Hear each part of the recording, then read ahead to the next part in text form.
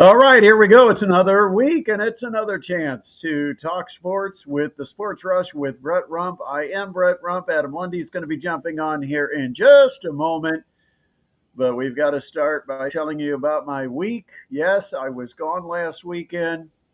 I traveled without my light, and so if you watch last week's video, I was a silhouette. I was not really that tan. Today you can see I got a little bit of color in the Florida sun, but I did not have as dark a tan as it made it look like because I forgot my ring light. Actually, I just didn't travel with it. I didn't think I would need it. I thought the natural light would be bright enough down in Florida. And then I found out after I did the video, and it got a little problem here. Kind of need that ring light. So, note to any future content creators, you might want a light no matter what the surrounding circumstances are. But had a nice trip. It was a threat of a tropical storm. The storm ended up going into South Carolina and kind of up toward North Carolina. And so in South Florida, where I was located, which is down south of West Palm Beach, just north of Fort Lauderdale, I had pretty decent weather. I mean, you get an occasional pop-up rain shower, but overall, some sunshine, not too bad of weather. It was pool. It was pool days, definitely, but had a good chance to kind of enjoy myself at the pool. Little rest and relaxation. Had a nice full dinner, which I don't get very often because it's just me here in Fort Wayne, so I don't do a whole lot of cooking. But had a chance to enjoy a full dinner with the family. Got a chance to spend some time with the boys. Got a chance to spend some time with the wife as well, but fortunately, the time with the boys made up for that. No, I hope she doesn't watch this. No, I'm kidding. I'm joking. I don't mean it. I forget this stuff lives forever on the internet. Got to be careful what I say. On the radio, I could get away with that stuff because we could just delete it from the podcast. And once it was on the air, it never mattered. Now I got to be a little more careful. But no, we had a good time for 4 days. It was much too short. Can't wait to get back. But we got a lot to talk about and try to get caught up on last week because of the goofy schedule. I actually was on pet schedule because we've got a house that has some pets. And so I had to wait until the dogs were resting in another room and they weren't going to be making noise. The cat wasn't following me around. The bird was put away. And I got through most of last week's video without any pet noise until finally the bird decided it wanted to make some noise and be heard. So it was just chirping away in the background. And if you listen closely, you might be able to hear it from last week's video. But I got through most of it without any pet noise, but I had to wait until I had that perfect opportunity where my wife didn't have me doing something, yard work or whatever it might be. I had to wait until I had the boys. They were off to work, or one time my son was skateboarding. And then I finally found a time to kind of jump on, get a video out last week, but wasn't able to have Adam because there was no way to really establish a time that it was going to happen. So it's good to have Adam back. We missed him when he was gone, but he is back. Adam, Hey, the producer of the radio show and kind of a cohort here, a bit of a co-host. See what he brings this week. We'll decide what we title him after we decide what content he brings. But Adam, we had a long Tin Caps game today. I set this for 5 o'clock thinking it would give us plenty of time. It was getaway day. The teams are wanting to get to the airport so they can all fly home for a few days with the All-Star break. I thought, oh, this game's going to fly by. A couple of hours will be done. Not only was it a long game, but then you had to endure typical long post game, too long. And then you finally made it, and you actually got back before 5, which I didn't think I was going to start the show with you. I didn't think you'd make it. But fortunately, those are a lot of country roads where there's not a lot of police, so you must have made it home safely. Yep, not too bad at all. Drove safe and sound after what you said. Like you said, was a long Tin Caps game. I don't know if the effort was just not there or just looking forward. I mean, like you said, if you're looking forward to the All-Star break, get it over with, man. Yeah. Well, they they just didn't come through today with clutch hits with runners in scoring position. I think they were like 1 for 14 or 1 for 15 Yeah, it was with bad. runners in scoring position, and couldn't deliver the big hit. Ended up falling 6-2, and it was a 2-2 game through what, 5 innings, 6 innings, Yeah, through yeah, right about there. and then that 3-run inning. I don't know if that was the seventh, but the 3-run inning kind of opened it up. And the way the Tin Caps were struggling at the plate, you kind of felt like this one's probably over. It's probably time to go on holiday, as they say in England. I don't know why I said that, Yeah, why not? but it's their little break, their midsummer breaks, because they get to go home and see the family they haven't seen for a while, probably since the beginning of March. So the Tin Caps, I think they're still either tied or hold on to that final playoff spot. So it's a good time for a little break and reset. It'll be interesting to see with this roster who comes back, because there's probably some guys individually that deserve a shot at a higher level. When you start with Miguel Mendez on the mound, he has dominated at the high A level. He already has dominated at the single A level, and he was lights out in the game on Thursday night. He's been just absolutely terrific and probably should be pitching at a higher level. But you also don't want to rush a guy. Just because they're having success at this level doesn't guarantee success at the next level. And if they've got any kind of things they want to fine tune prior to getting him to double A, now's the time to make sure to work on it, whether it's a technical issue, whether it's tipping pitches, anything like that. Take care of it now while you've got a chance. And the Tin Caps could really use him in the rotation. Garrett Hawkins out of the bullpen has been lights out as a closer, hasn't allowed a run since sometime April. I think it's 22 straight outings or 23. I've lost count. It's been so many. It's like 25 innings. But he pitched 2 innings of shutout baseball Thursday, and he was great. He's been great the entire first half. He's been a reliable closer or setup man. And then Eric Yost, who's had a couple of rough outings his last 2 times out, but he has pitched overall, if you take the entire body of work, well enough to probably pitch at the double A level. But a lot of it depends. What are the trade plans for the Padres? How much are they going to be aggressive and go after maybe a player that can help at the parent club in San Diego? If they're going to do that, they may want to hold on to these guys where they're at, let them continue to produce at the level they're at. Because what you don't want to do is rush a guy up right now, and over the next week or two before you get to the trade deadline, somebody fails miserably at double A, because all of a sudden then they don't have the same value. So, if you feel like you need to use one of these players as leverage in a trade, you may not want to tinker with where they're at right now. So it'll be interesting to see what the Padres do, but there certainly are some players that are worthy of getting a look at a call-up. Yeah. Excuse me. Absolutely, there are. But you said it. Fort Wayne is currently second in the Midwest League East, only behind West Michigan, who has already claimed their spot, and they're only a game back. So this is also a Tin Caps team that has done nothing worse than split every series since the start of the second half of the minor league season. So, like, I echo with you. I just hope that they keep some of these players around to continue to develop them, but also keep this team in a winning position. It's nice to see here in Fort Wayne.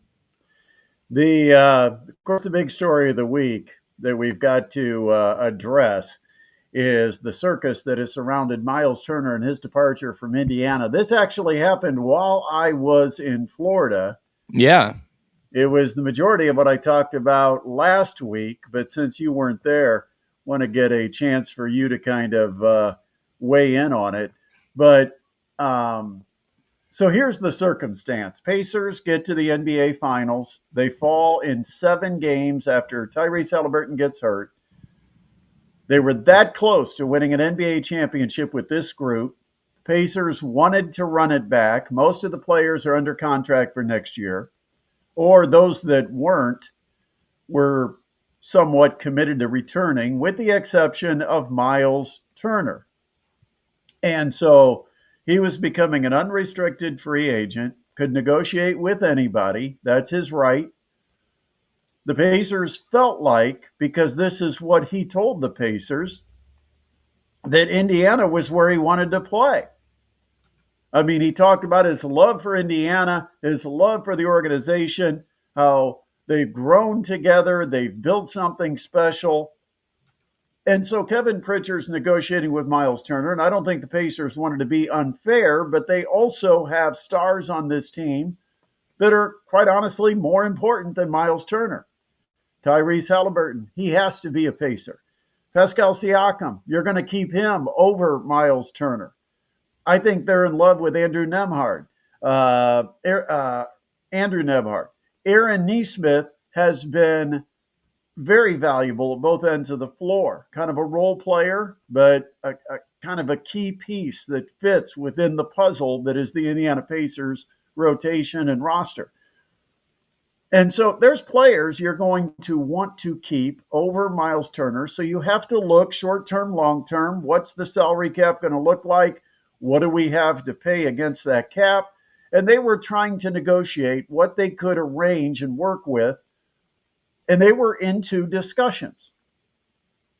I don't think the numbers that I have heard, and the Pacers haven't shared anything specific, but the numbers that I have heard reported of somewhere over 20, maybe shy of 25 million. That's kind of the ballpark that we believe. And I think that is more than fair for a guy who's not a star. He's not going to carry your team anywhere. He's going to have help. He's a piece that fits with stars, but he is not the star by himself. He does not create his own shot. He gets his shot off pick and pop and different actions that require a player that is being focused on. He has some ups and downs and inconsistencies. He's not a great rebounder. He's an average defender. He is not a perimeter defender. I mean, you can go through and justify that he's important, but he's not worth overpaying. And I think they were in negotiations. But here's my thing, Adam. If you're a player that is truly wanting to stay with someone, despite someone else giving you an offer, because that's what free agency is. Everybody can throw their best offer at you. But instead of completing the process with the Pacers to figure out, is a deal getting done? Because if I'm Myles Turner and I want to be in Indiana and I'm loyal to see this to the finish, and the Pacers, believe me, have been more than loyal to Myles Turner throughout his career. They had plenty of chances to dump him and trade probably for some pretty decent assets, and they stuck with Myles. And I think that's the thing that's probably most offensive, is the Pacers have been loyal to him. They've seen him as a guy who was bleeding the navy and gold of the Indiana Pacers. And then all of a sudden, Milwaukee comes in, makes an offer. It's assumed, or at least thought, that perhaps Milwaukee made the offer with this is a one-time shot, no shopping it. It's either take it or leave it, and we renegotiate from the beginning. But they come along for a couple million more, and guess what? Money is thicker than blood. Money is what moves the needle. We were fooled to believe that maybe he would be loyal and he would sign a team-friendly deal to stay in Indianapolis. Nope, he's just as greedy as every other player we've complained about in the past. And Myles Turner took the cash, went to Milwaukee, and then on his way out decided to throw a couple little parting shots at Indiana. The process, I thought, was an embarrassment for Myles Turner.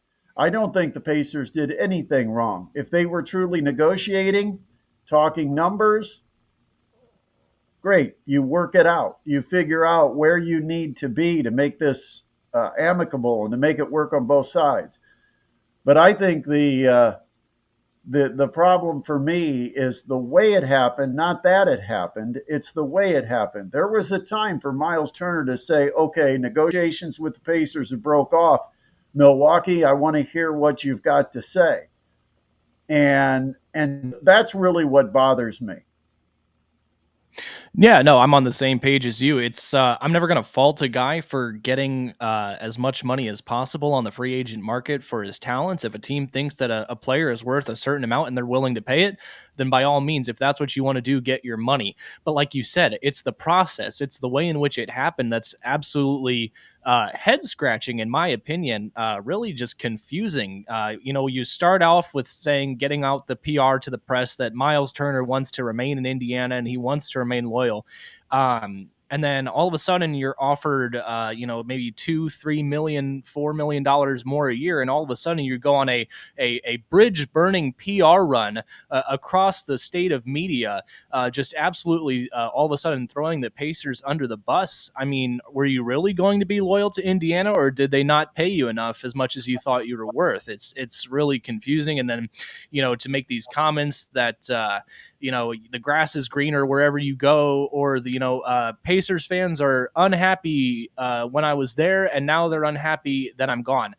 Pacers fans weren't unhappy that you were there; they were unhappy that you were there and playing not up to your potential, Right. playing Not like garbage. what they wanted for what the I mean, in some ways, those people that were complaining are the ones paying his salary.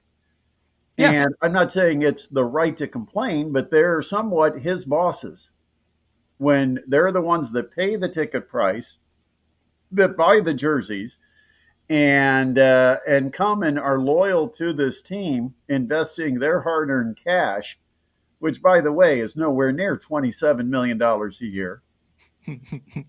no, Um, they've got a voice, and here the team finally would look like it had a chance to deliver a championship, and the longest term pacer fails to deliver in any way in the finals.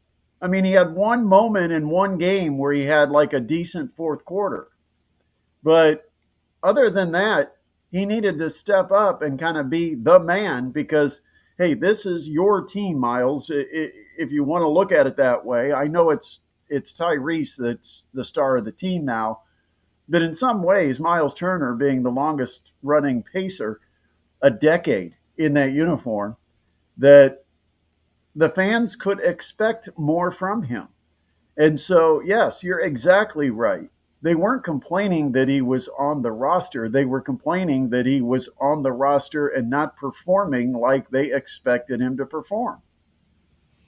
it's just strange all around. So, like I said, it really just comes down to, for Turner, he was willing to be loyal to Indianapolis and the team where he's played for 10 years at the right price. And I don't know if they just weren't unable to reach that, but I mean, I don't fault the Pacers for trying to haggle after the finals performance either. Yeah, not good. If you're okay, let's put it this way: if you're not going to have a PR person that helps you in making this as smooth a transition as possible, don't talk. Don't try to say anything, because if you're not a professional public relations expert and you try to say something that you think softens the blow and keeps things, nice and comfortable, you're going to blow it. And Myles Turner has blown it repeatedly. First of all, first thing he says to the Milwaukee media is how he wanted to come there because they were so close to a championship. Did I miss something a couple of months ago when the Yeah. Pacers kicked Milwaukee's butt in the playoffs? Not only kicked Milwaukee's butt in the playoffs, but the Bucks also lost a player that would have been absolutely crucial for this next season, along with a Still, player like Miles and Giannis. and you've got Dame Lillard who wouldn't have played this year, but they just have to dump off Dame Lillard to sign Myles Turner. And But did it make them a championship contender? to dump off Lillard to get Myles. And I mean, none of this makes sense for Milwaukee. I don't know what they're trying to do exactly. I think this is just a show me move by Milwaukee, trying to say to Giannis, look at what we're willing to do. We're going to go out and we're going to get players. And I think when Brooks Lopez left, they thought this is our chance. Let's go get Myles Turner, one of the top names in free agency, which I still don't understand because you would expect NBA executives to be smarter than that. But let's go get him to show Giannis how aggressive we will be if he stays with us. And I don't think Giannis is buying it.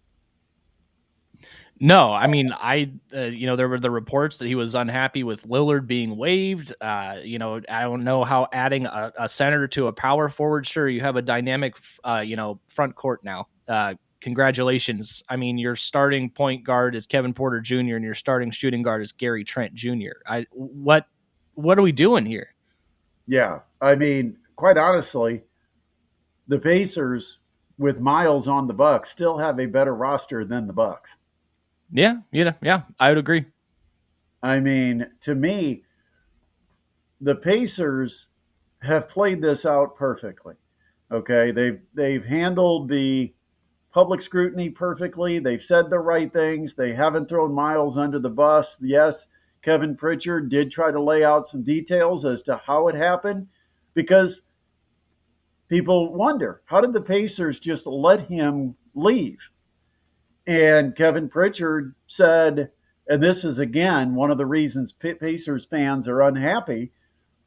Kevin Pritchard found out that a 10-year player is going to Milwaukee by reading a Shams Charania tweet. Yeah. Just like you, just like me, we come across, maybe next time I see something like that, I should share it with Kevin Pritchard just to make sure he's aware that one of his players is leaving. How Bush League is that? To not even tell the general manager of the franchise that you're going to accept another offer and join another team, that's insane. And then he tried to do a little bit of PR damage control personally by saying, "Oh, I texted all my teammates the news." Yeah. That so they wouldn't see it before, but like you texted them the news story, so it was already out, and it's just bad. It's bad all around. Yeah, the whole thing. Now, you look at what the Pacers have done to replace Myles Turner. And first of all, Myles didn't stop with what he said in Milwaukee. He then tried to put it into writing.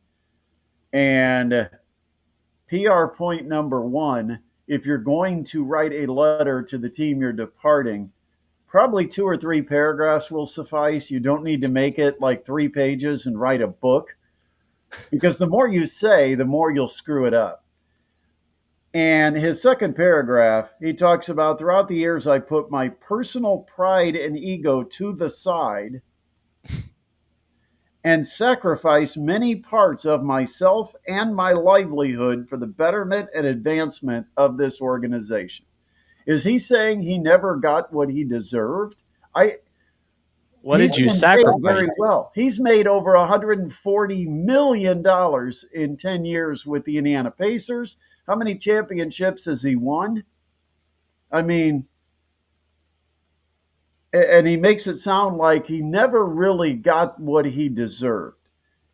He took less than he should have gotten, and he sacrificed for the organization.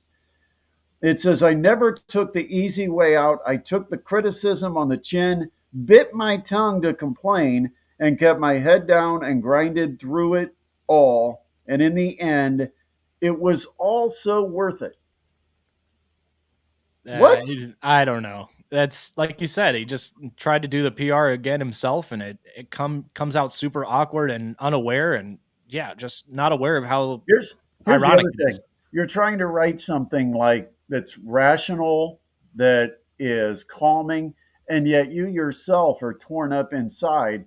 And what happens is every so often you write something, and that venting or that disappointment or whatever it might be, ultimately I think Myles Turner is going to feel like he made a mistake. And I'm wondering how much of this was driven by an agent that was in his ear that made it sound like it's us against them. It's time they pay, and you convince a guy like Myles Turner that they're not getting a fair shake here. And because it just makes no sense to walk out on a team like he walked out, to be swayed away by an offer like that makes no sense. But the Pacers, I think, have done a terrific job in building quantity over perceived quality. And that's if you think Myles Turner has some level of quality. Um, I mean, Jay Huff, the addition from Memphis, okay, he was kind of forced out because of numbers there with Jackson, Jaren Jackson, and and you had Zach Edey that was taking a chunk of minutes at the center. And so he never really got probably what he earned in Memphis. And so the Pacers pick him up.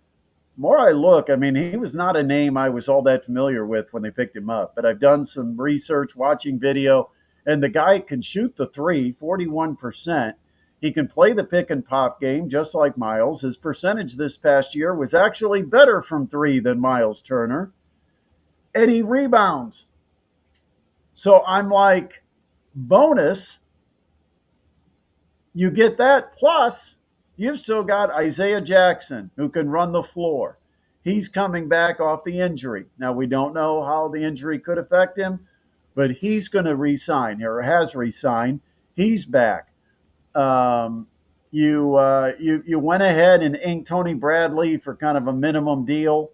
You've got him. James Wiseman is returning, which is a really screwy situation on how that whole contract went last year. It's kind of like the Pacers swept it away to give it to someone else so they could borrow it for a while and then said, okay, now he's ours again. I don't know how that worked out, but it would confuse me. But Wiseman is back. They've got depth. They've got a variety. They got people that can compete for the job. Probably three of the four are going to be on the roster. And so I think the Pacers are fine. And the fact that all four of these guys added up together are not going to make what Myles Turner made, so that the Pacers don't extend into that luxury tax situation that they would have been forced into. I heard a number that with the luxury tax and all of the extra fees and everything, that it could have cost the Pacers almost $45 million a year if they would have signed Myles Turner. Not just what they pay him, but all the fees and everything, because they go over the tax threshold. So I'm like, let's go. We got enough depth there, and I'm more than happy to let's see how these four guys do. And you know me, Adam. I always felt, if Myles Turner plays well, I'm more than happy to support him. But if you just look at the pure numbers and the impact he has on this team as far as wins and losses, I don't think it's great enough that you extend yourself too far in paying him the kind of money that he's probably going to want. Yeah, I mean, at a certain point, it's just not worth it to your team and the future that you're trying to build as an organization. And, they made the decision with what they were willing to pay. And Myles Turner, made the decision of what he was worth. Like I said, I'm not upset at him, getting more money. It's just the process of how he did it and the things that have been going on afterwards. That's just a complete debacle. But like you said, I'm happy with the Pacers kind of plan for center by committee this season. I think it should work out fine. All right, Fever today, they played at home. And of course, next week, the big WNBA All-Star game comes to Indianapolis. A lot of people looking at this Fever team, scratching their head, trying to figure out what's missing with this group. Because on paper, it should be a better team. They should not be getting beat at home by some of the teams they're losing to. Today, they got it fixed. They got it turned around, but they have to do it consistently. Because we all know this Fever team is good enough when they're at their best to beat anybody in the league.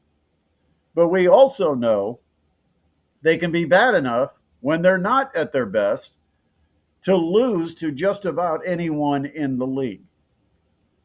And you've got to have more consistency. I don't know if we blame the coach, the leadership in the locker room, or lack of the leadership in the locker room, but not coming to play against teams like Golden State, The LA Sparks, I mean, to lose twice to the Sparks, they've got to be better than that. I mean, those games mean something at the end of the season. You can't just toss these games against weak competition, and you can't make the playoffs just by beating some of the good teams some of the time.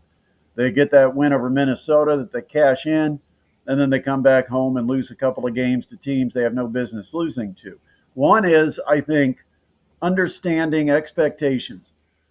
And that's where you look at a team and what they've done, but when they come and play you, they're going to be their best. They're going to be better than what their history probably shows as far as their true value, because you're one of the targets. And you're one of the targets because your team has Caitlin Clark. And there's a lot of jealousy in this league and a lot of players that just want to beat Caitlin. And I think that's one reason why maybe the Fever are better when she's not out there, is because now you take away that edge on the opponent. They no longer are beating Caitlin Clark. They're just beating the Indiana Fever, and there's no joy and romance in that. So I think teams come in, they want to beat the Fever. They want to beat Caitlin Clark. They want to make things rough on her and have her have a poor game against them. But there's no excuse for some of these games the Fever have lost. Now, today, they had a dominating win over a Dallas team they should beat, and they dominated them. So give credit where credit is due. But they've lost a number of games to teams they should not have lost to so far this season. Yeah, absolutely. I would put maybe a little bit of it to just a lack of cohesion. I mean, they had, Dewana Bonner leaving the team and that whole situation. They had Caitlin Clark out for, a couple periods with the injuries. Like you said, they did win some games though with her out, but then I think you put her back in the lineup and then it's a cohesion thing again. But hopefully they'll start to figure things out here and get, a couple more games over 500 as the season comes down the stretch here. But I like that. It is a different team that you're playing when Caitlin Clark is on the court for the Fever. It was just Friday night. We had one of Fort Wayne's own, Kevin Kiermaier, that came back to town. It's so cool when you see guys that have true Midwestern upbringing. Kevin Kiermaier is one of those guys that earned everything he got, had to work for it, wasn't a guy that just naturally was so gifted you knew that talent alone was going to get him somewhere. It was pretty good athlete. Is he a basketball player? Is he a football player? Is he a baseball player? But once he set his mind to baseball and put in the effort, he worked and earned his way up. He realized that his opportunity was to be a great defender. He went from playing the infield to the outfield. Great story. And he actually shared quite a bit of it with the media when he made his appearance Friday night. Well, we're going to do something special because we actually have the video, unedited, uncut, raw video of Kevin Kiermaier speaking to the media. And I wanted to go ahead and play that on this week's show. So it's kind of like we have a guest when we really don't. We stole one from Friday. But let's go ahead and hear from Fort Wayne's own four-time Gold Glove winner. Just a great guy. Had a 11-year career in the Major League Baseball. 11. Rays. Huh? 11. And is a World Series champion after winning it with the Los Angeles Dodgers last year. So let's see if I can do this, Adam. I'm going to try to play. What it's like tonight to come back to Fort Wayne and be a part of this and be celebrated in the way that you are here at Parkview Field. Yeah, it feels amazing. This is I've had this on the calendar for months now, and I knew the Tim Camps were going to do this for me. And when it was presented to me, I was very excited. But today's been a very nostalgic day for me. I've hit the high school, my grade schools, the little leagues, everything. Been here since about 9:30 this morning. But it's amazing, just kind of honoring me for my career. And born and raised here in Fort Wayne, always feels good to come back and for the hometown team to do this for me. I'm very honored and very thankful. I know you saw a lot of nights here just a little while ago. Yes. So what was the message and what are some of the things you try to relay to people that were in your shoes 15, 20 years ago? Yeah, I talked about plenty of things, but I was just trying to tell them, just looking like a bunch of young me's out there, 17, 18-year-old guys, where I said, hey, just develop a mindset. Like for me, and my life took off when I created this mindset, and I just wanted to see how good I become at baseball, and whether these guys want to become good at baseball or be the best doctors or lawyers, whatever. I said, just start channeling these things and start practicing these good habits and developing these things right now. Things that I feel like I needed to hear when I was 18. But it was great just trying to get back, and Lewis treated me great back in the day. So for me to get back to the team now and just kind of chat it up with them for a little bit was awesome. You've had a few bobbleheads before. What's the likeness on this one? Like, is it a good-looking bobblehead, man? It's a good-looking bobblehead. It's got the Lure's got the pinstripes on it. Got 39 on there, making a nice catch. So it's only fitting. Defense was my thing. So I was very pleased when I saw it, and I'll be happy to get it in my hands, and so will my kids. You watch a lot of baseball now. I know that obviously, Layla was born this past winter, so you became a father for the third time. That probably doesn't allow a lot of time, but what are you up to right now? I know you're doing some work with the Blue Jays. Tell us about that, and how do you stay around the game? Yeah, well, first, I still do watch a lot of baseball. I love it. I didn't think I was, but I still do. I love it so much, and I like seeing all the guys I played against still go out there and do it. And for me with the Blue Jays, this is my first year post-playing career, and I needed something to ease me into retirement, so I've been an outfield specialist for the Blue Jays organization, and it's been awesome. I just kind of float around and make my own schedule and get to go help with our minor league teams and with the major league team as well. So it's been awesome. Outfield defense is what I know best, and I feel like I have to teach, and I have to teach the young kids what I learned and applied over throughout my career. So it's been awesome, and it makes me still feel a part of the game, which is the main thing. How long has it been since you've been to a Tin Caps game? Has it been quite a bit, or? 2009, I believe. Okay. And I remember that was before I got drafted, and I was like, man, I want to play here. I feel like I can play with these guys, and but it feels amazing being back. So that was the first year that the stadium got built, yes. correct? Yeah. Yes. So are you surprised that it still looks just as good? No, it looks amazing, and every time I tell people, I'm from Fort Wayne where the Tin Caps are, and people always rave about how beautiful this field is and how it should be a AAA field, and that's just respect and kudos to the grounds crew and everyone here in the city of Fort Wayne for making it, upkeeping it, and making it beautiful. These kids at this level are very spoiled. It's not every field looks like that, I promise you that, but Fort Wayne and the Tin Caps and the Padres, they knocked it out of the park here. Kevin, you talked about the message you sent to the 17 and 18-year-olds. What about the guys that are out here right now? Yeah. What kind of message would you give them? Would it be the same? This pretty much the same thing, and I was telling those guys, if you look at this field, probably 3 to 7% of those guys are going to make it to the major leagues and have a career, and it's hard. It's hard to make it. It's hard to stay, but only the strong survive. And yeah, I would tell them everything they already know. But from what I learned throughout my career, the guys who are the strongest mentally, are the guys who play the longest and who are usually the most successful. So there's a certain recipe for success that major leaguers have, and it doesn't come by surprise. And a lot of those guys could apply a lot out there, but that's the beautiful thing about the minor leagues. It's all about learning, and it's a process. When you reflect back on your career, I know it's only been 9 months since you hung it up, but getting to go out as a World Series champion, that had to be awesome. But also, what do you look back on your career and are you most proud of? I'm proud of how I feel like I've stayed the same kid from Fort Wayne, and I had a coach early on, Skeeter Barnes, say, hey, don't let the game change you, change the game. And that stuck with me from the get-go, and I always try to apply that. And, their baseball will supply you with a life that I've never really imagined, but I'm so blessed and thankful to have it and be retired at age 35 and kind of get to do what I want for the rest of forever. But I knew if I applied myself and worked my butt off that all this could be possible one day. But here I am with retirement and happy as can be. Final Four's in Indianapolis this year. Is this a year for the Boilers? My Boilers, wow, I haven't thought about Purdue basketball in a while. I am very excited. I'm very excited. Braden Smith, Fletcher, TKR should be awesome. But I'm always tuning in what they do there in Mackey every year, and they always have me on my toes. I guarantee that. I don't know what they're going to do, but they'll have me living and dying through every game like always. What are your thoughts on just Northeast Indiana baseball as a whole right now? You've got McKinstry just named an All-Star. Yeah. Van Meter's back in town too. Zolfrank back in the big leagues. Just, I mean, you're kind of part of that first wave now. Yeah. What have you seen? Yeah, I love it.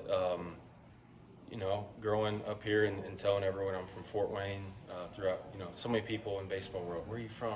Fort Wayne, and not a lot of people know about here. I say, hey, don't sleep on Fort Wayne. Fort Wayne's got some athletes, and I feel like when I was coming up, it was a lot more football and basketball. And for me, I said, you know, I got a chance to maybe put Fort Wayne on the map a little bit and get some coverage here or there. And thankfully, was fortunate enough to play 15 years, and you know, takes me back to my roots growing up here and being back here now. So thankful. But for everyone out there, hey, Northeast Indiana's got some athletes and now a really good crop of baseball players coming up. So it's, you know, everyone looks at Indiana as a basketball state, rightfully so, but there's some good ball players around here as well.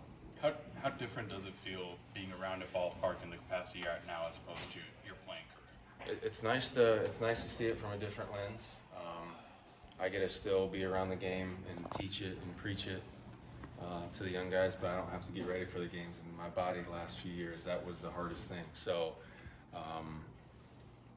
you learn so much throughout your career, and like I said, I just feel like I have to apply it for the next group of players coming up. And I learned so many good things that I feel like, you know, I've created and developed, especially with like outfield defense stuff, where I'm like, hey, I want people to see what they can do if they think like me or practice and train and prepare the way I did, see if someone else can do it, because it gave me a life that I could never imagine. But here I am today, thankful, and I feel like I got a lot more things figured out after 15 years of pro ball, and just sharing stories and like I said, just helping players whatever way is needed is so fun. I always enjoyed doing that as a player, but now it's my job to do that. Outfield specialist / mentor / light and fire under these guys.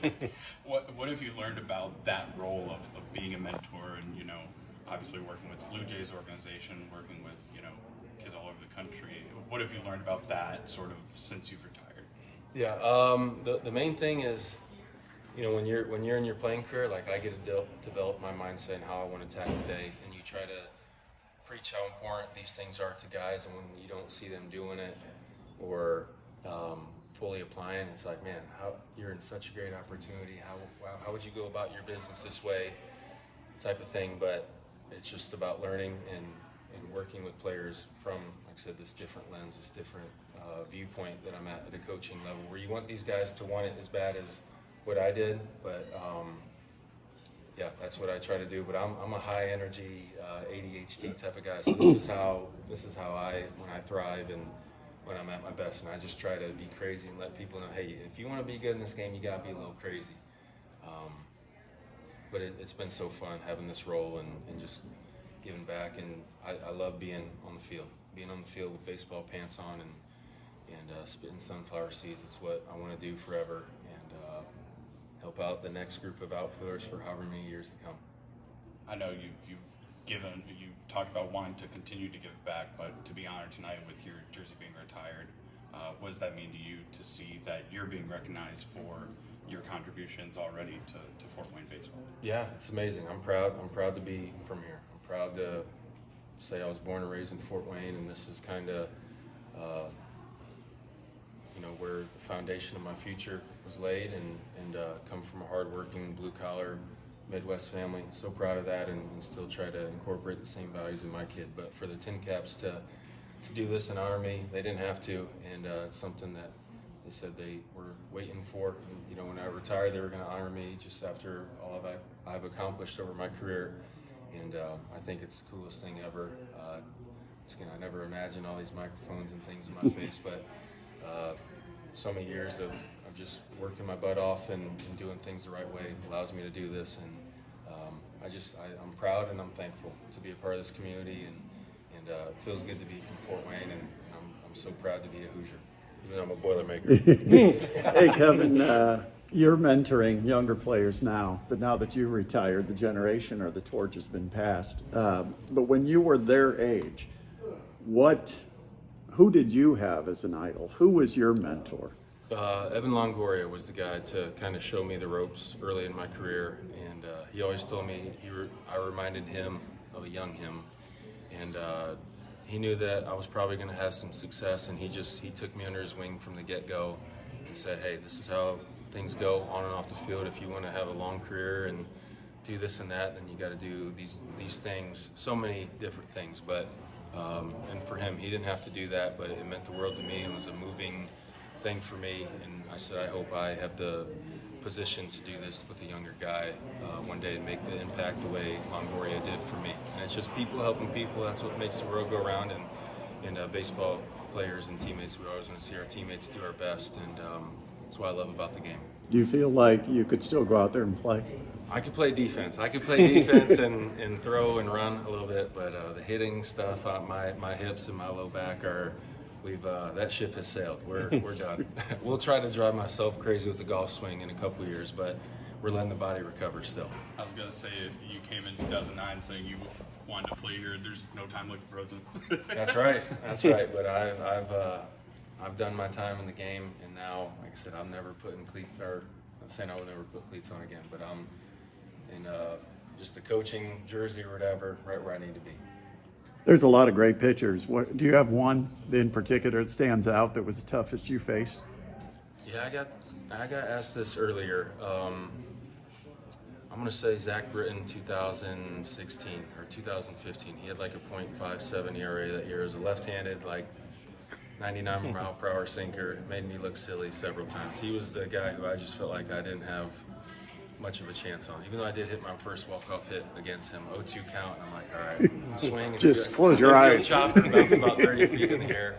I was like, that was the luckiest bat I've ever had. But there's hundreds of guys who are not fun to face over years, but that's the beauty of the game, and I love to compete, and that's what I miss the most, the adrenaline and just that compete. Once again, though, right where I need to be. All right, there you go. Kevin Kiermaier, one of Fort Wayne's finest. It was great to be able to see him, talk to him. I think he enjoyed his Friday night. He had a bobblehead giveaway. Yeah. He had a big group from Bishop Luers that was on hand. He got his number retired at Bishop Luers. And Parkview Field also now out by the beer garden, out in center field. You know, on the section markers, they've got the flags of historic players and stuff. He is now on the pennant that is on the light post out in the center field section by the beer garden. It is none other than Kevin Kiermaier. Really cool night on Friday night. Super cool. And like he said, it's just super cool that he gets to be honored by the Tin Caps, but he also gets to keep giving back and, making Fort Wayne stand out and just showcase the talent here in Fort Wayne. And he's one of them, and always a good guy. You know, whenever we reached out to have him on the Sports Rush, he's always been available and willing to join us whenever he could. So super happy for him that he was able to receive that. My favorite part is that the bobblehead does have the Bishop Luers jersey. I just think that's the coolest thing. Well, it's funny because I introduced myself because we've had him on the show, I think 3 times. Yeah. And I said, hey, Brett Rump, you've been on my show. And he goes, yeah. And I said, Adam Lundy. And he goes, oh, yeah. No, actually, I'm kidding. I'm stroking your ego. But no, it was really cool because when we have had him on, our conversations are just, I mean, you don't feel like you're talking to a superstar, right? No. You're talking to just some dude. Super down to earth, yeah. You know, I mean, it was so cool. And he was that way Friday night. Just a guy from Fort Wayne. Yeah. And who has a pretty nice bank account. Yeah.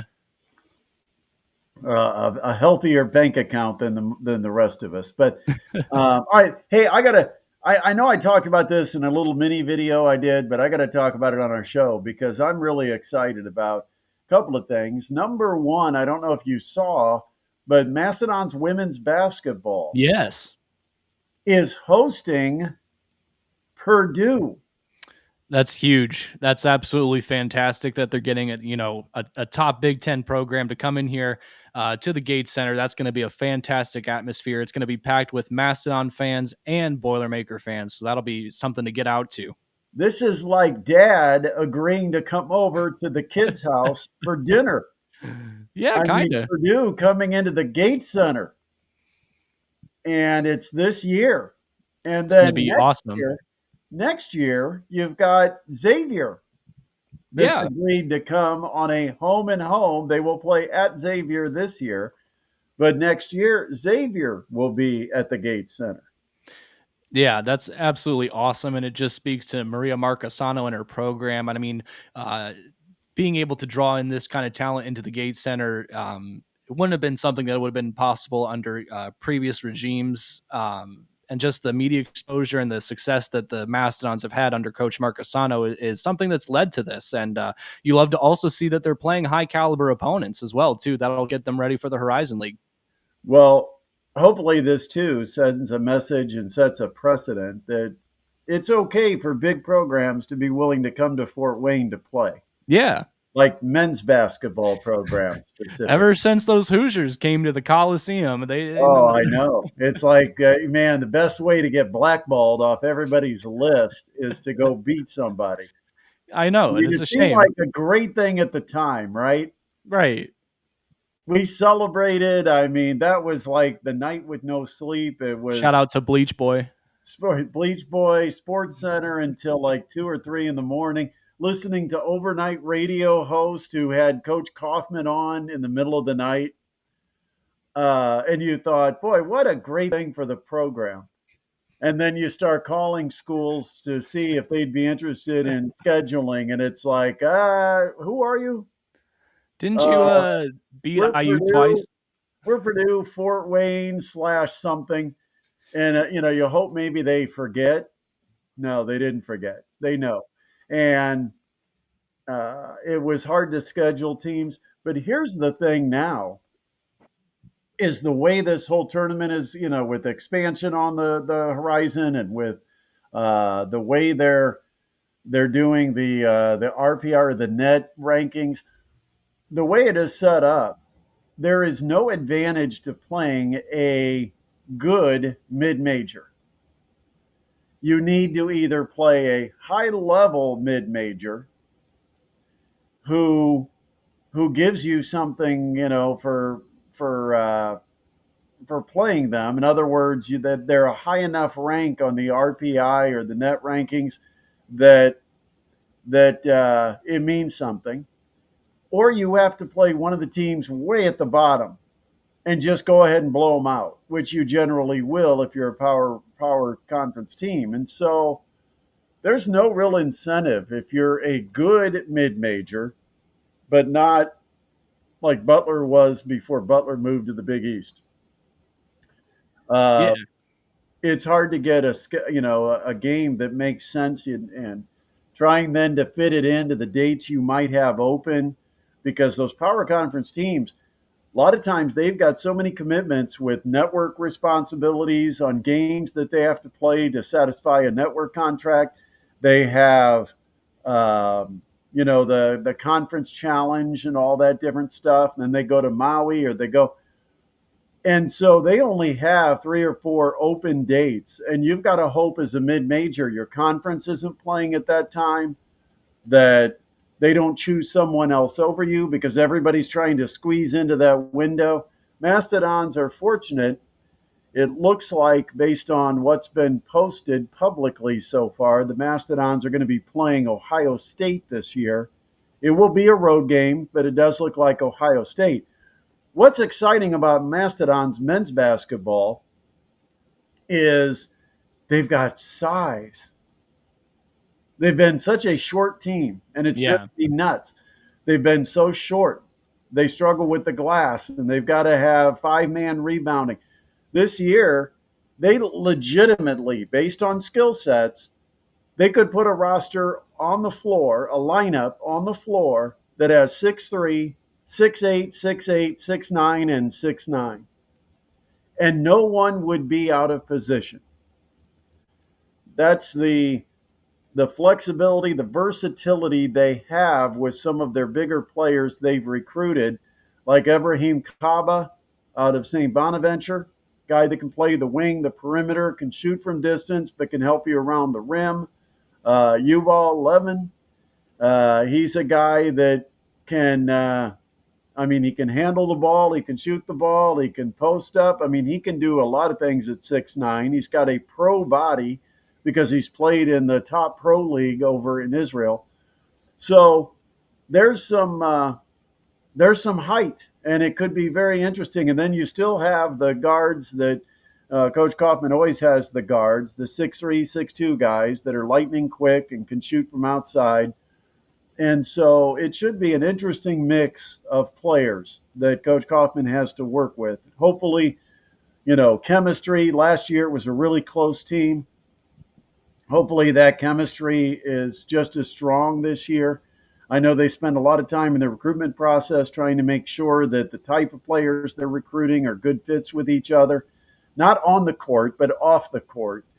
And also they may always make sure they represent the community well, that they can go out in the community, they can meet with business owners, they can meet with charities, and they're always going to represent the city and the university with the highest level of dignity and credibility. And so it's always a team you can be very proud of supporting. So I'm looking forward to what they've got this year. Should be exciting. It's nice that you mentioned the size, and it's just nice that they have the flexibility, roster wise now to be able to do different kinds of lineups. And like you said, if they did want to have a very tall entire starting five, that they could easily do that. So looking forward to the new mix of additions for the Mastodons. I liked the new little bit of rebranding touch. I don't know. Some people like the blue. Some people dislike the blue. But no, I'm looking forward to the season. It should be a lot of fun. Like you said, Coach Kaufman does a great job of bringing these guys together throughout the summer, too. I know they're probably doing some wacky things that they have planned throughout the summer. Oh, yeah, they have their cracking on Friday, 5 a.m. workouts, like military-style workouts. Oh, yeah, they're always up to something. Yeah, I'm sure he's got the ballroom dancing scheduled. They go fishing and have golfing, yeah. And they all have to learn different things. It's about being comfortable, being uncomfortable. Yep, that's the slogan. A lot of these guys have never golfed, and so they go take golf lessons. A lot of them have never fished. Some of them have never swam. Yeah. So they go get swimming lessons, and just trying to give them experiences that they have to overcome or face some adversity. That's what the summer is often about with Purdue Fort Wayne. As far as that blue in the logo that's not there, what's your thoughts? That closes the book on the IPFW days. Yeah, it's over. It's officially closed once you take the blue, because the blue was the last remaining remnant of the IPFW era. Yeah, as much as I appreciate the symbolism, it just didn't work with the black and gold. Yeah. Also, you know what comes up this week on Tuesday? What do we got? Tuesday night, High School Football Media Day. Oh yeah, awesome.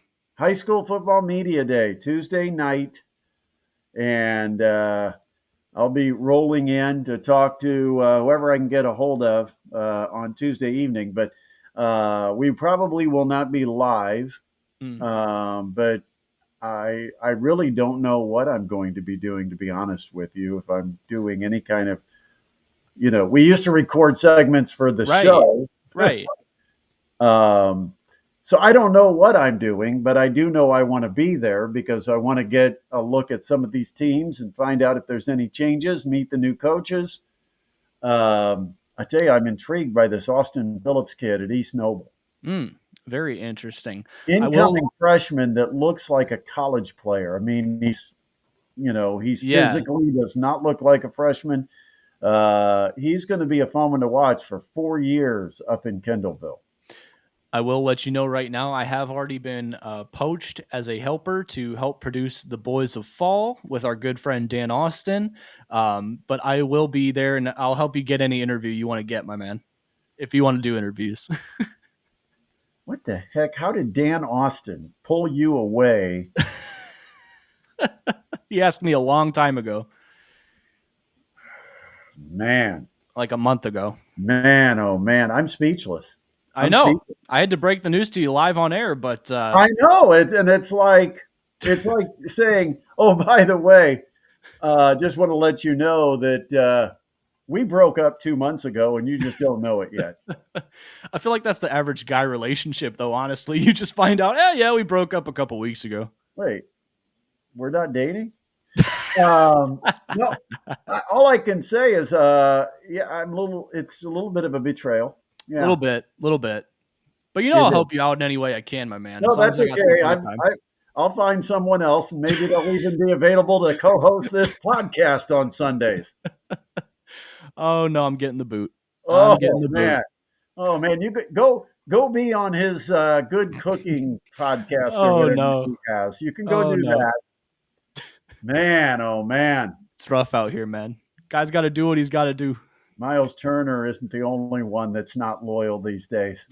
Hey, I could have been loyal for the right price, Brett. Oh, it comes down. See, you're just like Miles. It comes down to money. My negotiation includes a Diet Coke or a Mountain Dew or whatever, and They're just offering a little bit more over on the other side. And they probably said, I need an answer right now. No going back to Rump. And you're like, yeah, I'm good. I don't have to worry about him. I mean, Rump's mad when I'm there, and he's mad when I'm leaving. Man, I thought I was breaking news that there was a high school media day. I thought, I don't even know if he knows there's a high school media day. No, you've known it for probably since before I did, because Dan Austin already lined you up to help him. Yep, I got poached. Man. Okay, well, on that sour note. On that sour note, yeah. How do I get rid of Adam on this? Yeah, I got to find my. All right, man. I'm going to move on. I'm going to talk about subscribing, liking. So I'm going to move on. Have a good one. That's Adam Lundy, who apparently finds Dan Austin more appealing on Media Day than me. Crushed. Hey, make sure before you leave the broadcast that you do subscribe. Make sure you like. Give us that thumbs up. Also, make sure you share this channel, because this is where it's at now.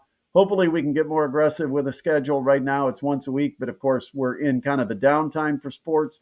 But as soon as we get things ramped up, where we get Purdue football, IU football, Notre Dame football, the Colts football, high school football, still have the WNBA, baseball, everything else going on.